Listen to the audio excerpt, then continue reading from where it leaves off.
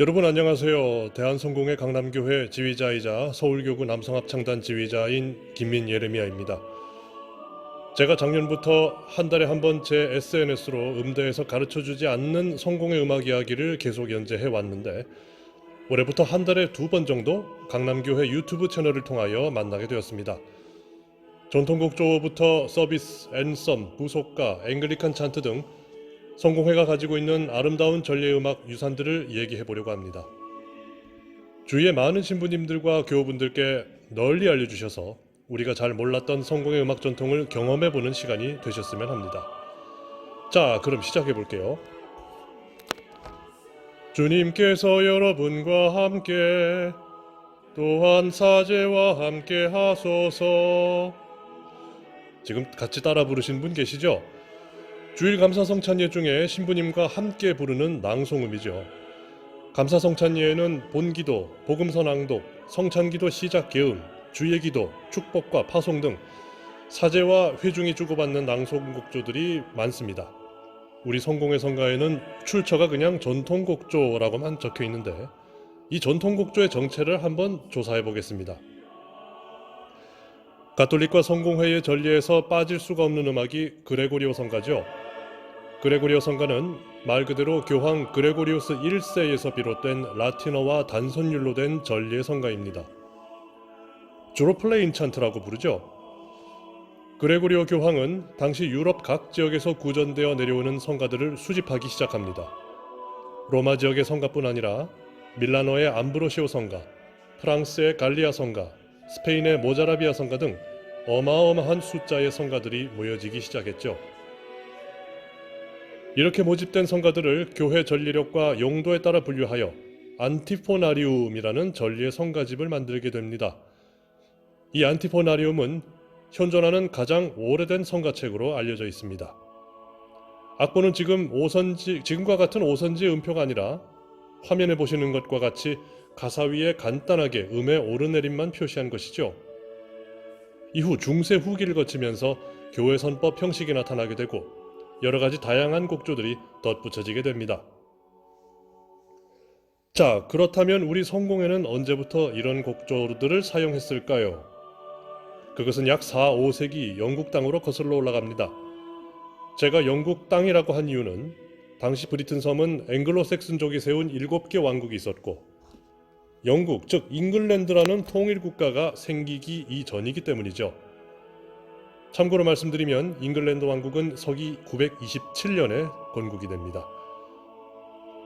그레고리우스 교황의 명령으로 서기 596년 성 어거스틴 주교가 영국 땅에 선교사로 파견되어 들어오게 되고 세계 성공의 공동체의 뿌리라고 할 수 있는 캔터베리 교구의 초대 주교로 성품되어 교구장으로 승조하게 됩니다. 이 어거스틴 주교님 역시 그레고리오 성가의 조예가 깊으셔서 영국으로 파견되실 때 성가 악보와 자료들을 함께 가지고 들어오시게 되고 영국 각 대성당과 수도원에서 성가를 교육하게 되는데 오랜 세월이 흐르고 교구와 성당 간에 일치된 규정도 없고 또 개성 넘치게 부르시는 신부님들이 교구 곳곳에 계셔서 그런지 이 그레고리오 성가가 영국 교회 안에서 체계적으로 정리되어 불려지지는 않은 모양입니다.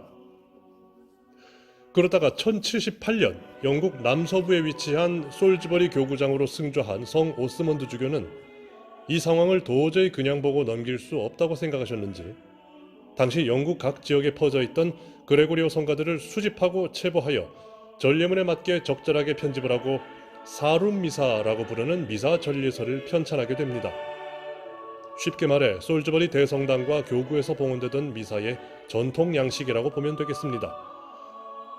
이 사룸 전례곡조들은 영국 남부 지역에 서서히 퍼지게 되어 각 교구에서 미사와 성무일과에 낭송되기 시작하였고 영국 성공회와 먼 훗날 우리 대한성공회 감사성찬예 전통곡조 즉 낭송곡조의 뿌리가 되는 것입니다. 하지만 세월이 흘러 1534년 국왕 헨리 8세에 의해 영국 교회가 교황청으로부터 독립된 이후 엘리자베스 1세 여왕에 의해 사용이 금지가 됩니다. 자, 한편 지금 우리가 감사성찬예 중 낭송하는 전통곡조와는 직접적인 연관은 없지만 간접적인 영향을 받은 사건이 하나가 있습니다.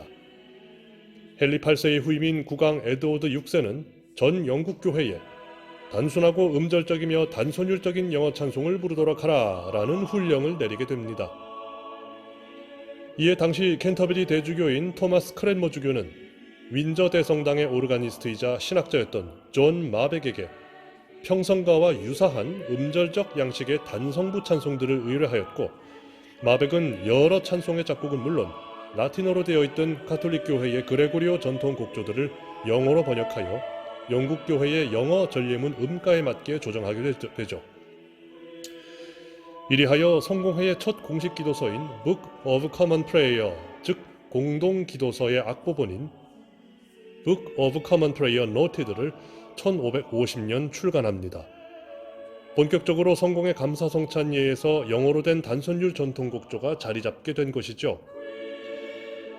참고로 1965년 성가의 미사곡조 H, 알파벳 H입니다. 이 미사곡조 H가 바로 존 마백이 작곡한 곡조입니다. 현재 대한성공회에서는 불려지지 않는 곡조입니다. 하지만 이것마저도 다성부 찬송과 다음 시간에 배울 서비스와 앤썸 등 합창음악의 발달, 그리고 시편 곡조인 앵글리칸 찬트의 유행으로 서서히 시들해졌답니다. 영국 성공회에서 폐지된 전통곡조는 세월이 한참 지나 옥스포드 운동 때 다시 부활하게 됩니다.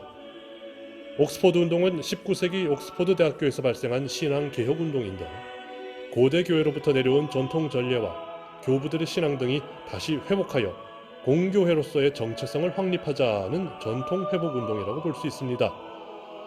그 일환으로 1833년에 영국 교회, 특히 앞서 언급했던 사룸 미사에서 오랫동안 전해 내려오는 전통 미사 곡조들 역시 이때 잉글랜드 성공회에서 공식적으로 사용되기 시작하여 지금에 이르게 되고, 1890년 영국 성공회의 초대 선교사들에 의해 우리나라에도 도입되는데, 1920년대부터 당시 조선 성공회에서 이 곡조들이 이미 불려진 것으로 추정되고, 1935년 구세실 주교님께서 편찬하신 성회 송가 곡보에 처음으로 악보가 실리기 시작하여서 현재까지 대한성공회의 감사성찬예와 성무일과 등 전례의 대표적인 전통곡조로 은혜롭게 낭송되고 있습니다.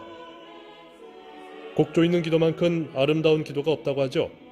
앞으로 매주일 감사성찬예를 봉헌하실 때마다 우리 신앙과 전례의 유산인 아름다운 전통곡조들을 신령과 짐정으로 함께 부르신다면 더 큰 예배의 은혜가 있으실 겁니다.